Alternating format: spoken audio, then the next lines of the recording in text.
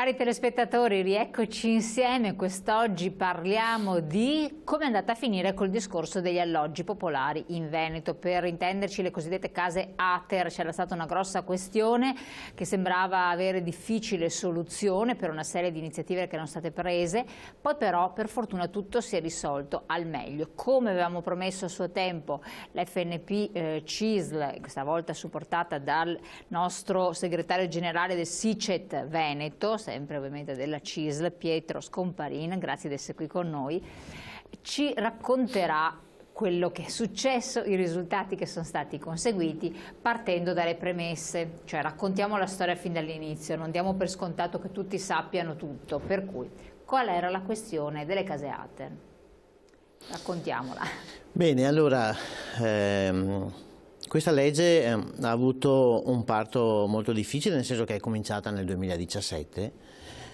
L'anno successivo la giunta regionale ha approvato il regolamento, però insomma, da subito si erano accorti la difficoltà a trovare una soluzione abbastanza equa che insomma soddisfasse un po' da una parte la necessità di equilibrio per le ATER e dall'altro con un giusto canone per gli assegnatari.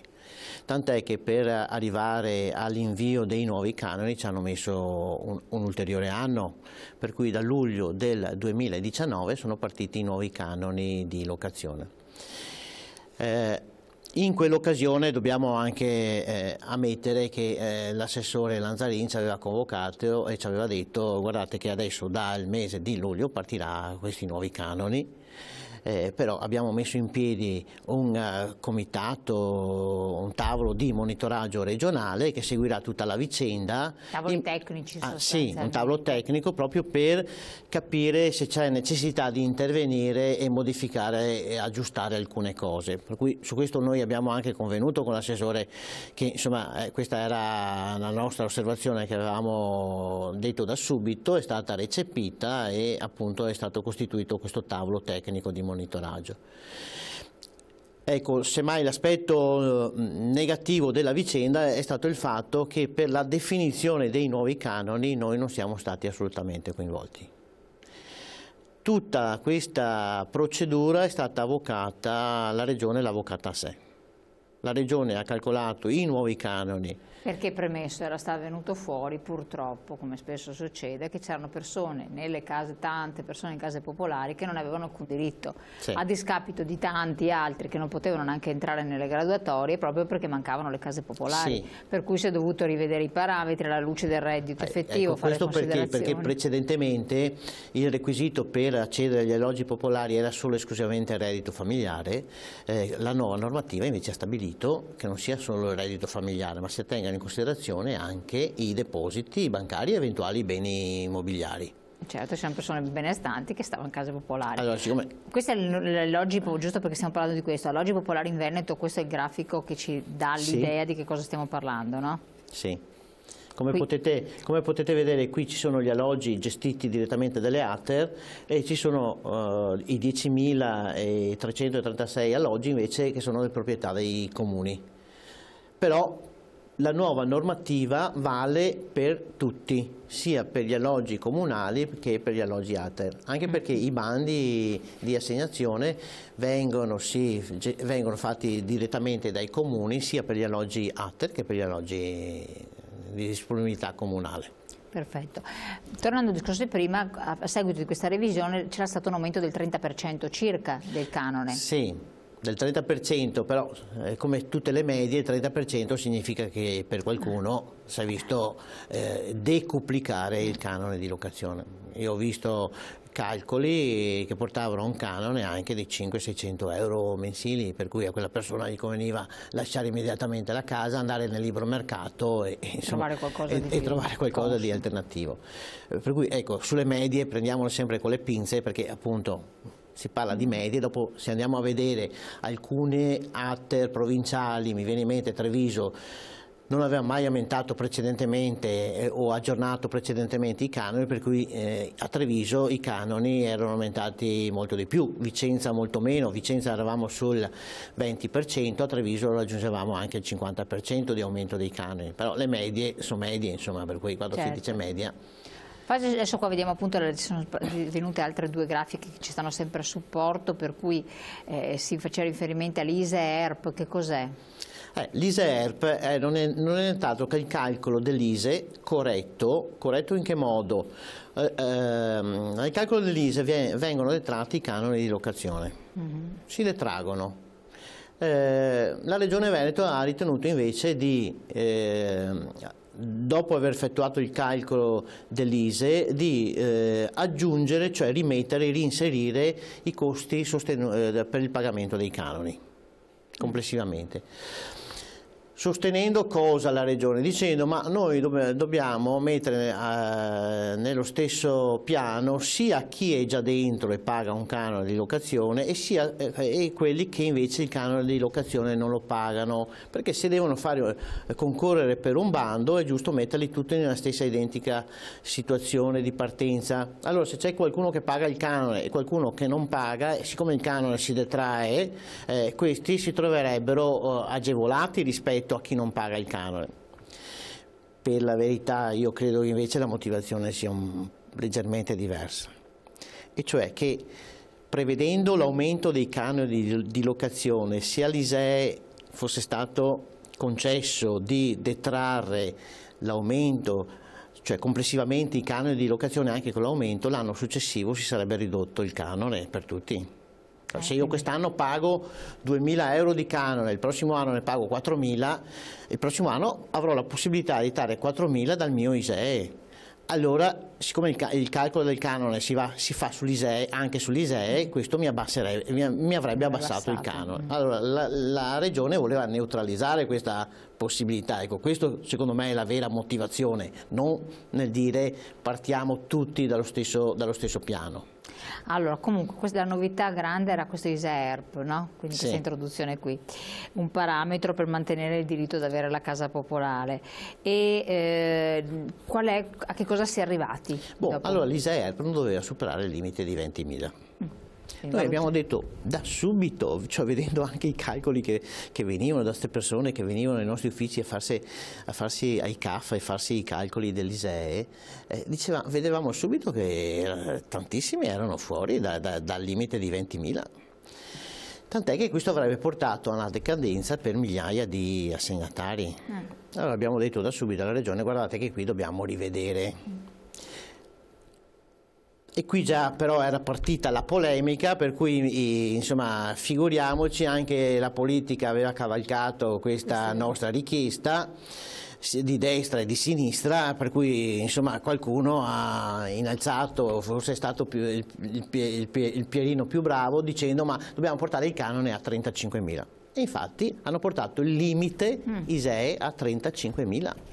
Ma il limite ISEE a 35.000 significa che all'interno potranno rimanere persone che hanno redditi, entrate per redditi pari a oltre 50.000 euro. Se sono due persone che hanno redditi per oltre 50.000 euro, col calcolo dell'ISEE che viene suddiviso per il numero di componenti, questi possono tranquillamente stare dentro.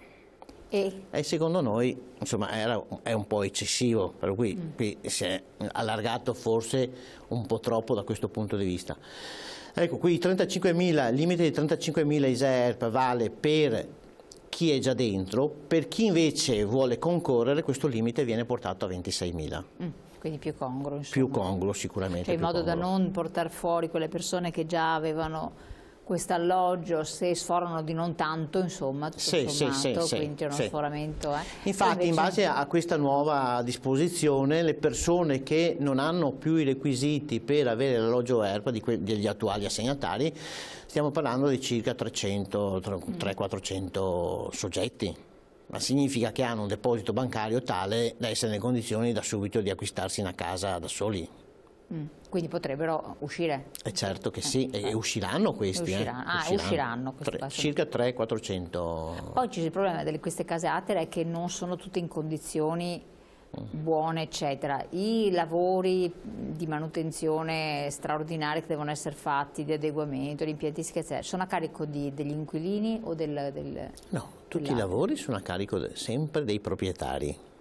Cioè, la regola generale, la casa è c'è un proprietario, il proprietario deve far fronte a tutte non c'è neanche questo discorso a tutte le spese straordinarie. Il problema è che questi interventi, gli ATER, non sono mai stati nelle condizioni di farli, perché i canoni erano così bassi che non riuscivano neppure a fare... Quindi questo dovrebbe consentire di capitalizzare delle importi per poter mettere a posto... Assolutamente sì, l'obiettivo è stato questo, cioè quello di dare più risorse agli ATER perché possono fare anche le manutenzioni e anche eventualmente costruire nuovi alloggi, auspichiamo noi. Sicuramente bisognerà fare qualche iniezione di programmazione politica da parte della Regione anche per finanziare l'investimento su nuove case di edilizia agevolata. O ristrutturare. O ristrutturare, perché comunque al momento in tutto il Veneto abbiamo circa 4.000 case sfitte, perché non ci sono le risorse proprio per ripristinare. Sfitte sempre dell'ATER? Sempre dell'ATER. Quante sono? 4.000. Sono tantissime? Sì. Però se tu immagini che per mettere a nuovo un appartamento che è stato lasciato libero, insomma è deceduto l'inquilino, insomma ci vogliono dai 30 ai 60.000.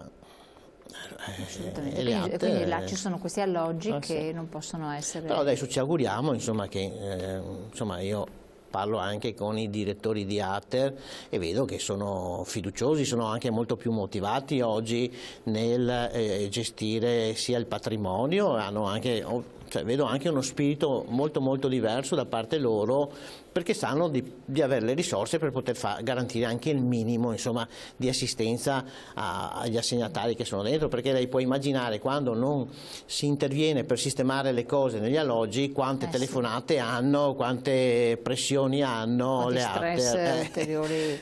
Infatti, giusto per darci un po' un'idea con le slide di cui siamo in possesso di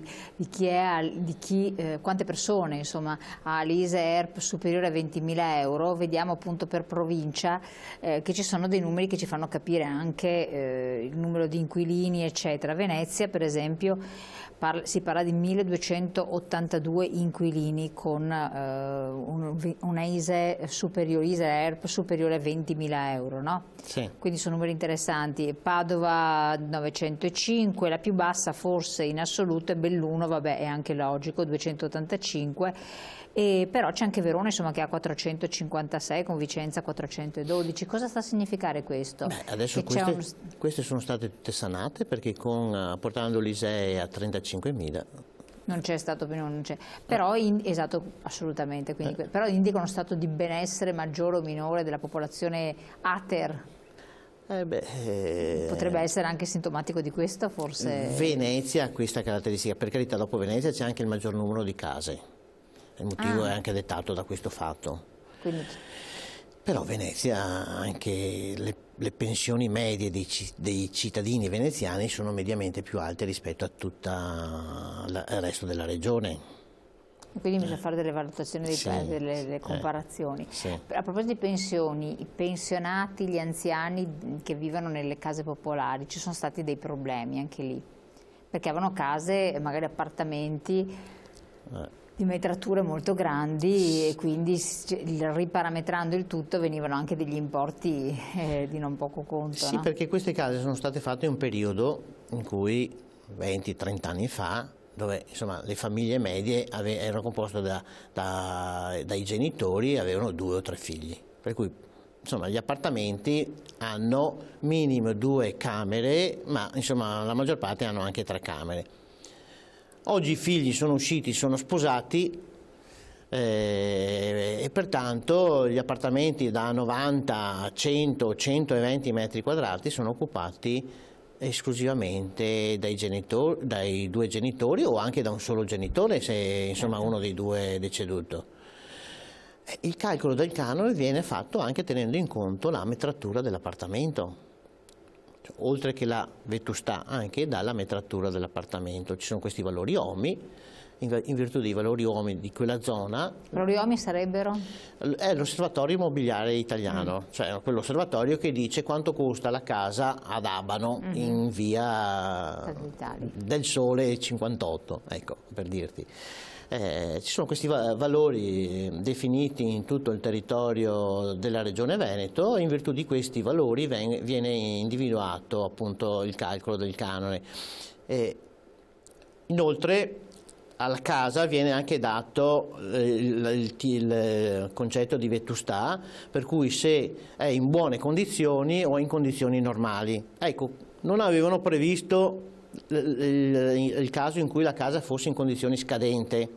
Adesso con l'intervento che abbiamo fatto noi, che abbiamo sottolineato, non c'è più la possibilità di dire che la casa è in condizioni ottime, ma si andrà solo nei due giudizi successivi, per cui o normale o scadente. Ah, non c'è ottimo. Non c'è più ottimo perché insomma... Non che se case ottime. Per cui anche questa decisione andrà ad abbattere il valore dell'OMI, che era una delle richieste che avevamo avanzato da subito, e per quanto riguarda invece la superficie non si terrà più conto della reale superficie dell'appartamento, proprio in virtù del fatto che magari oggi è occupata da vedove o da coppia di genitori anziani, ma si parlerà di superficie utile, cioè quella che veniva calcolata in base ancora alla vecchia normativa sull'equo canone, che in base al numero di persone ci doveva essere una adeguata superficie abitativa, per cui nel caso di due persone la casa, anche se è di 90, 100, 120 metri quadrati, la superficie utile è di circa 60 metri quadrati e su 60 metri quadrati viene calcolato il canone. Per cui per le persone anziane, sole, che vivono da sole su case grandi, anche qui insomma credo che la soluzione sia assolutamente molto molto soddisfacente. Ecco, ma non è possibile trovare alloggi più piccoli per queste persone anziane? Allora, gli alloggi piccoli sempre nella stessa zona? Sono pochi. Bisogna aspettare che si liberano, si devono liberare, devono essere restaurati e comunque all'assegnatario che vive in un determinato quartiere non è che lo puoi spostare di città o di quartiere, perché se ha lì le sue amicizie, la sua vita sociale in quell'ambito. Assolutamente. Allora qui hanno trovato questa soluzione di dire prendiamo a riferimento la superficie utile e finché non avverrà una proposta da parte dell'ATER di una casa adeguata, però insomma diciamo la verità, non ci sono queste case pronte e disponibili da proporre in alternativa. Forse qualche caso, anzi su qualche caso anche noi come sindacato, perché siamo stati sollecitati direttamente dagli assegnatari che ci dicono ma io sono al terzo piano, questa casa di 100 metri, so che al piano terra c'è un appartamento sfitto, è di 50, a me andrebbe benissimo perché anche al piano terra è possibile averlo. Cioè, ecco, per cui avanziamo anche noi queste domande direttamente, ci facciamo da tramite tra gli assegnatari con l'ATER proprio per cercare di trovare queste soluzioni più idonee. E vengono trovate poi queste soluzioni? Sì, le soluzioni vengono trovate, tant'è che insomma... Quindi è possibile, questi cambi sono possibili? Noi abbiamo questo rapporto con le ATER e su questo interveniamo, gli inquilini insomma, vengono da noi, ci presentano il problema, però ecco, tutte queste soluzioni vanno trovate anche coi comuni. Ecco, in questo c'è la contrattazione sociale, no? Sì, perché anche i comuni sono loro che gestiscono gli alloggi, i bandi, anche degli ATER, insomma. Ecco, quindi questo risultato che è importante perché insomma è una vittoria che è stata conseguita, una vittoria insomma, nel senso che si sono riadeguati, riparametrati, praticamente calmierate le situazioni, eccetera. Dopo tutto il perfetto non può essere fatto. È in virtù di che tipo di attività da parte del sindacato?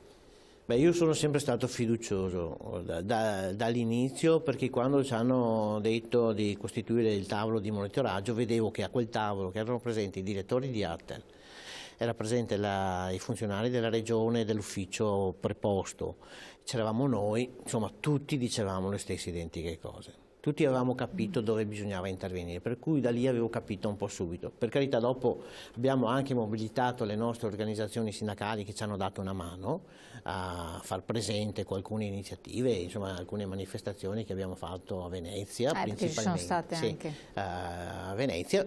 Abbiamo anche mobilitato, io personalmente ho partecipato ad alcune assemblee con gli assegnatari sia a Treviso che a Belluno, tra l'altro molto partecipate, insomma, e questi sono tutti segnali insomma, che insomma, la politica, specie quest'anno che ci sono il rinnovo delle elezioni regionali del Veneto, la politica tiene molto molto in considerazione, insomma, tutti questi sommovimenti.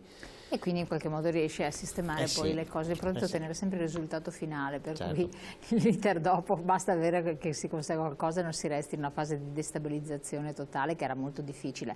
Qual è comunque in generale la situazione degli alloggi popolari, delle liste d'attesa, se ci sono, quali sono i richiedenti? Beh, eccetera? le liste d'attesa sono molto molto lunghe. Noi al momento abbiamo 14-15 mila persone in liste d'attesa.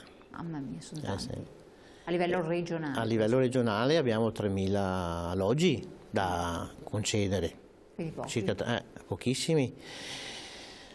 Però Per ecco, lo più chi sono? Su questi alloggi l'accesso sarà principalmente a favore delle persone meno abbienti. Abbiamo visto che generalmente sui bandi che sono stati fatti accedono le persone che hanno un ISEE attorno ai 7, 8, 10, 12 mila massimo. Per cui di conseguenza anche i canoni saranno molto molto bassi. Perché oggi questa è la fotografia della situazione attuale, non è più quella che c'era 20-30 anni fa, che potevano accedere anche, insomma, persone che avevano redditi più elevati. Oggi tanta gente ha lavoro precario, hanno i figli, per cui hanno livelli di reddito molto bassi. Ecco, questo preoccupa un po', perché ci vorrebbe un mix all'interno anche dei condomini, cioè non solo gente sotto una certa soglia di reddito. E questo è un ragionamento sociale. Proprio per un equilibrio, perché altrimenti lì si crea un po' un ghetto. Ecco, per cui... anche perché poi per bilanciare situazioni... Noi stiamo parlando, tant'è anche con i direttori di ATER, stiamo facendo questi ragionamenti.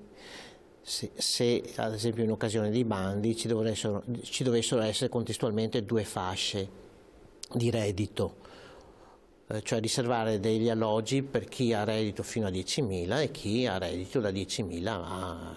E quindi paga un canone diverso? Si paga, però perché quegli appartamenti all'interno di quel condominio siano assegnati un po' sì alle persone meno ambienti, ma non solo esclusivamente a persone meno ambienti, ma anche a quelli che hanno qualche capacità in più, per cercare un equilibrio all'interno. Perché, però prego. Perché dopodiché... si creano dei ghetti, ma qual è lo stato anche di salute di questi immobili? Lo Stato... Quindi come sono messi allora, per la verità, guardi, io mi confronto, perché sto anche seguendo tutta la questione che riguarda l'ATER di Treviso. Vedo ci sono anche bei palazzine nuove che stanno, mi viene in mente a Paese, sono stati assegnati circa 15 alloggi, insomma ci sono anche situazioni... Però qui ecco, abbiamo anche sollecitato perché il primo accesso avvenga anche con i servizi sociali, che consiglino, che controllino anche rispetto delle regole iniziali, cioè fare anche una certa cultura per vivere in condominio. Sono stranieri quelli che entrano? Non solo stranieri, no. Sono stranieri, diciamo anche perché per entrare oggi bisogna essere residenti in Veneto da almeno 5 anni. Quindi resta è stato messo quel vincolo che prima non c'era.